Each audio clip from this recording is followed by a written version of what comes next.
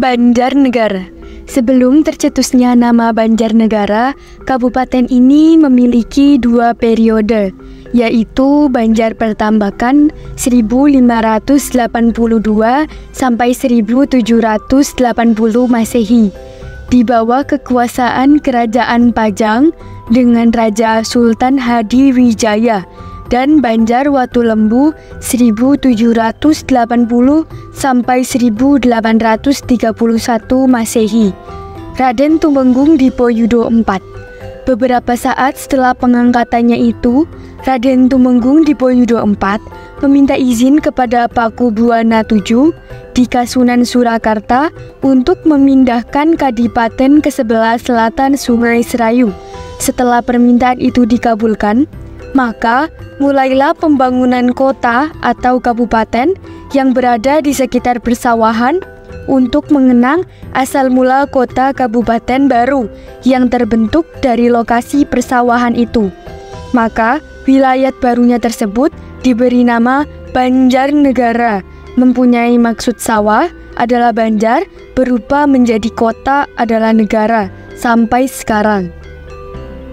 Banjarnegara adalah salah satu kabupaten di Provinsi Jawa Tengah bagian barat, dan Kabupaten Banjarnegara terdiri dari 20 kecamatan dan 266 desa.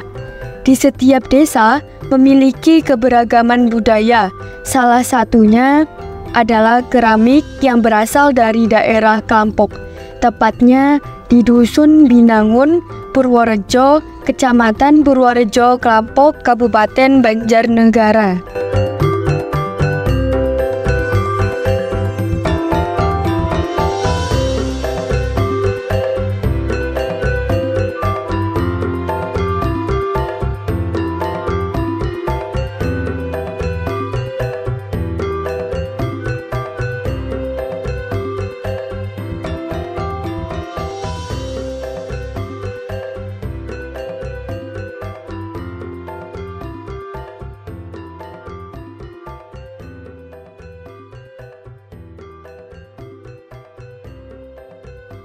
Oh ya Pak, kita mau nanya-nanya nih. Sejak tahun berapa Bapak bekerja di Keramik Mustika? Saya bekerja di Keramik Mustika itu sejak tahun 2010 sampai sekarang kurang lebih sudah 13 tahunan, Mbak. Perbedaan yang membuat Bapak tertarik untuk membuat keramik mustika itu apa sih Pak? Jenis keramik itu sama, cuma di Keramik Mustika itu pengelolaannya lebih baik, dan juga untuk pesanan-pesanan itu lebih stabil kayak gitu, Mbak. Terus yang mengembangkan keramik mustika itu siapa sih Pak? Yang mengembangkan Keramik Mustika pertama itu Bapak Haji Suparyo. Yang pendiri Keramik Mustika sekarang diteruskan oleh anaknya yang bernama Trinuliantoro sebagai anggota Dewan Provinsi. Di mana saja letak cabang Keramik Mustika, Pak?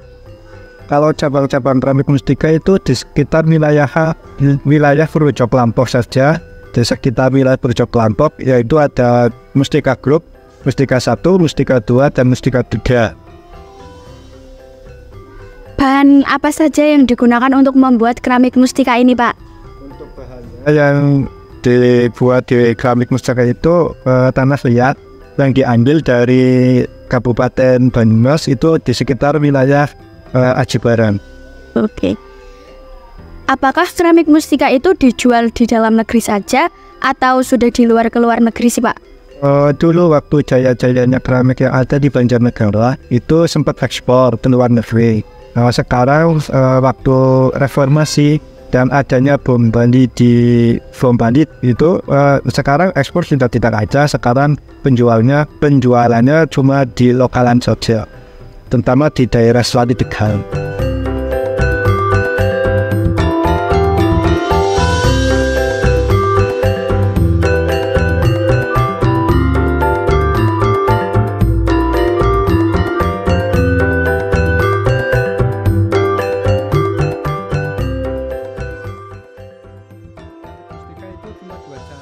Dicetak sama diputer.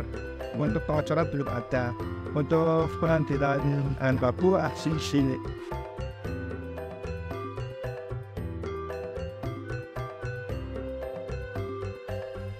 Ini kebetulan lagi bahan bakunya lagi kurang aneh gini, udah habis.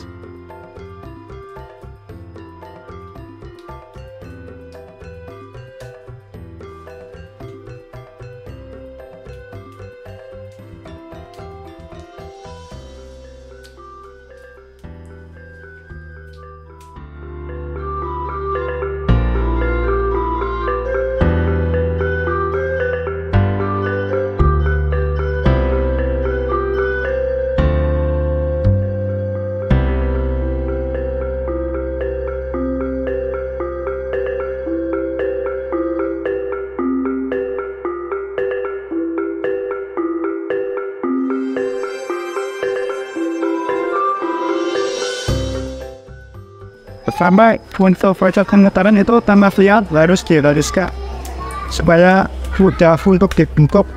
Kalau belum bisa dihaluskan itu nggak bisa dibentuk.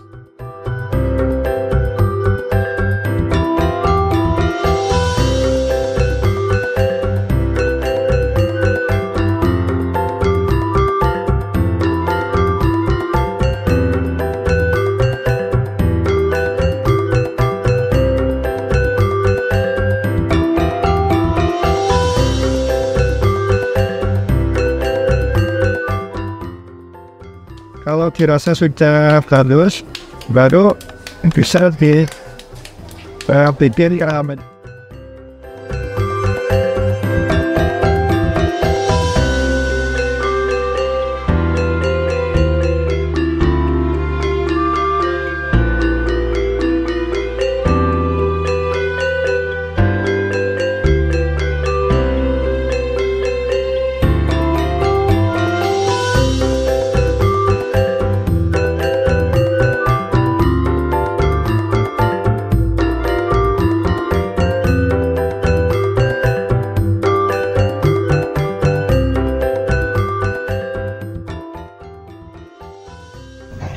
Nah, jadi teman-teman, ini metode pembuatan teknik putar.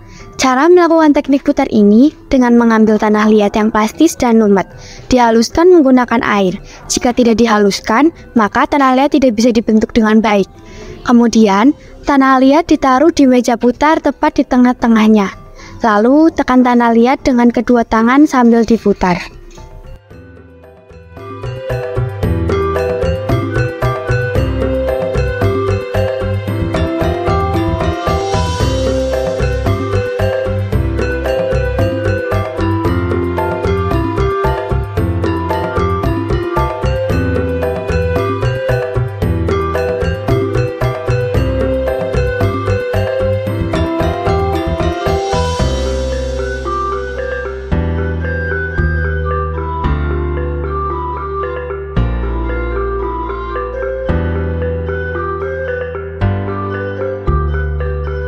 Contoh pembuatan keramik yang dengan teknik pemutaran.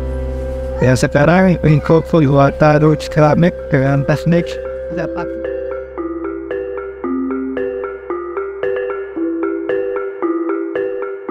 keramik dengan saya dicatatkan lebih mudah. Kita cuma cukup berapa menit saja, insya Allah kita bisa jadi. Yang pertama kita siapkan material, yang kedua kita kasih di sini buat perekat supaya mudah dilepas.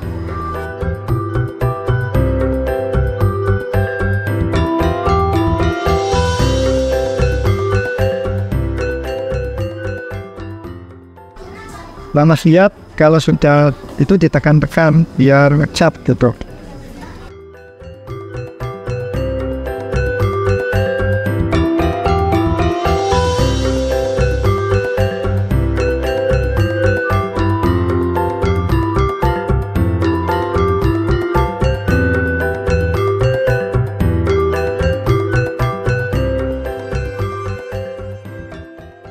Nah, selanjutnya ada nih metode pembuatan teknik cetak. Cara melakukan teknik cetaknya yaitu cetakannya ditaburi bubuk batu bata agar melepasnya tidak lengket.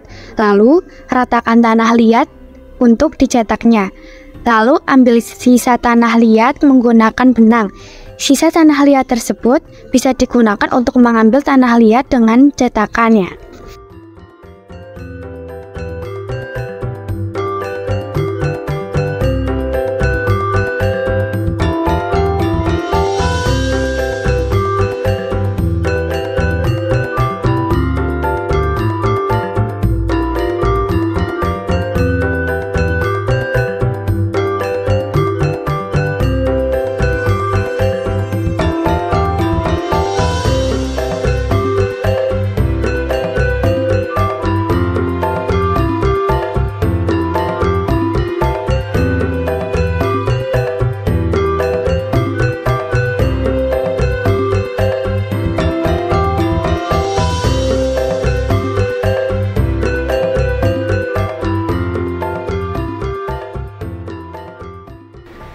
Nah, setelah proses pembuatan, ada nih proses perapian.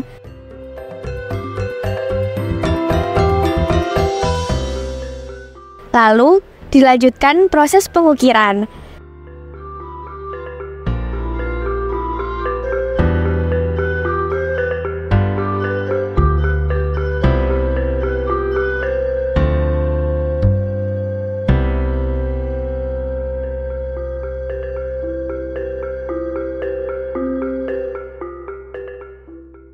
Setelah proses pengukiran, terjadi proses pengamplasan,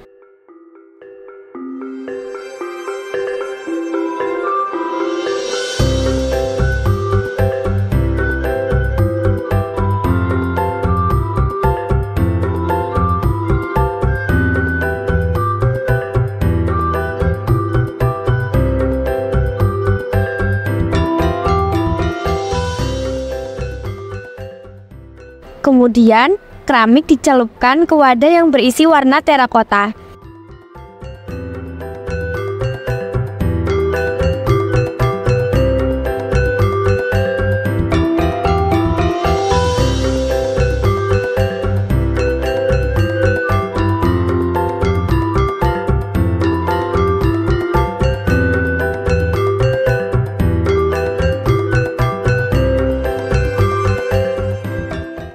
Dan step yang terakhir, keramik harus dijemur di bawah paparan sinar matahari.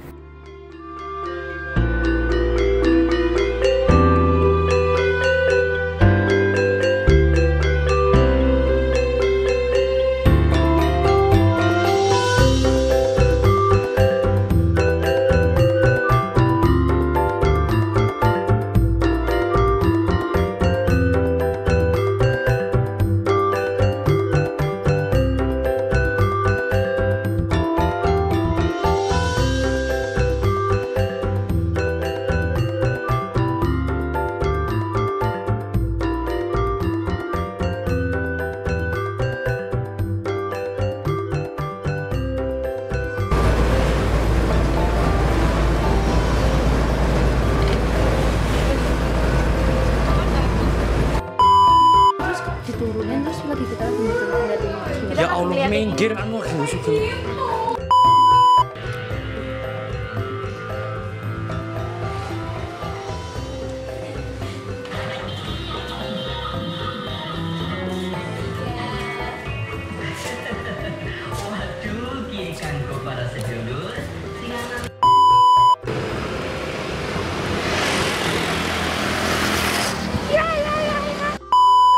Jangan ngecek.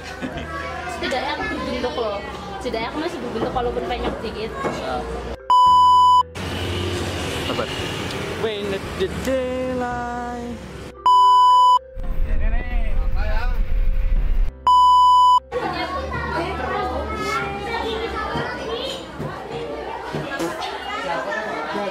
Gagal, Bu.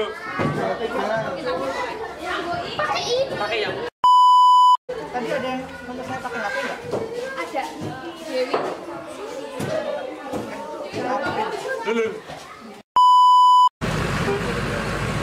Ayo. Kok tak ditunggu malah lagi foto-foto ya? Berarti mau foto apa film? Iya, Sama-sama. Sorry ini ya. Siap.